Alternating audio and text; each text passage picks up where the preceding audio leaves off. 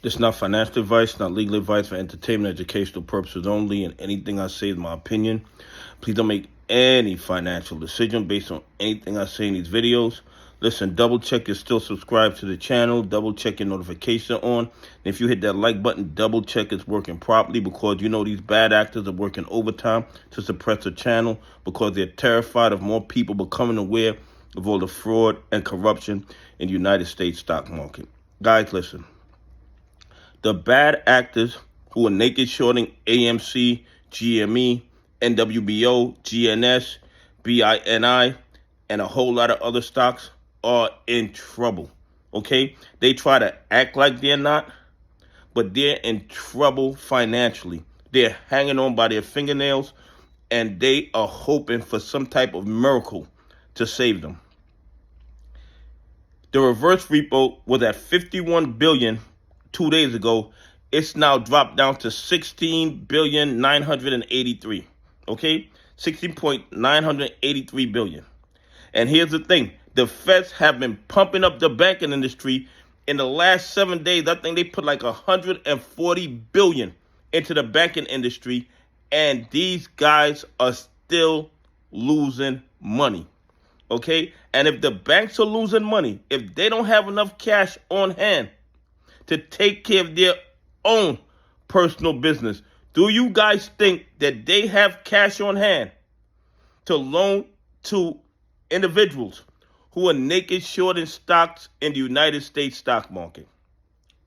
Once the liquidity is completely gone, there are gonna be margin calls. If they can't bring those margin calls up to par, if they can't put the money to balance out those margin requirements, we all know what happens next. There's gonna be forced liquidations, and the bad actors are going to end up in deep, deep trouble, because they're going to have to start closing out all those billions of AMC, GME, NWBO, GNS, BYND short positions. And when that happens, a lot of companies are going to start rising to their true value. And the ones that are overly, heavily naked shorted, more than likely are going to end up going to the moon. The bottom line is this. In order for these bad actors maintain these naked short positions, they have to have the liquidity to do it. They need liquidity to do it because they have to pay interest on those short positions every single day. The interest rates are accumulating, okay? So when the liquidity runs out, there's no money to maintain those short positions. They're going to have to start closing them out. And then we're going to see a lot of companies, a lot of good companies, stock price rising to its true value. And the thing is this. The SEC knows what they're doing. The DOJ knows what they're doing. The FBI knows what they're doing. And they do absolutely nothing about the overwhelming fraud in the United States stock market, okay?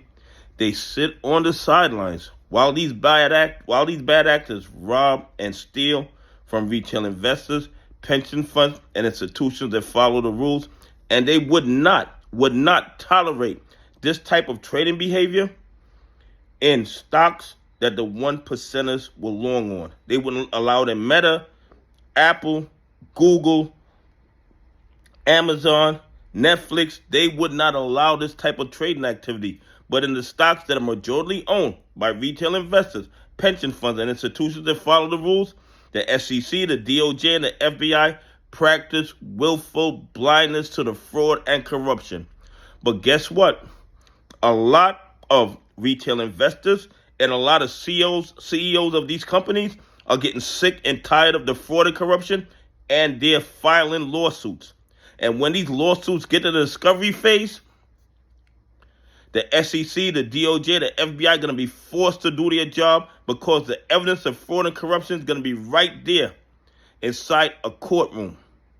And they won't be able to deny it when that happens. Anyway, please leave some comments. Tell me what you think. Do you think the bad actors are in deep trouble when the Feds pumped $140 billion into the banking industry, yet the reverse repo dropped to $16.963 billion in 2 trading days. Anyway, have a great day. God bless, and I appreciate y'all on this journey with me.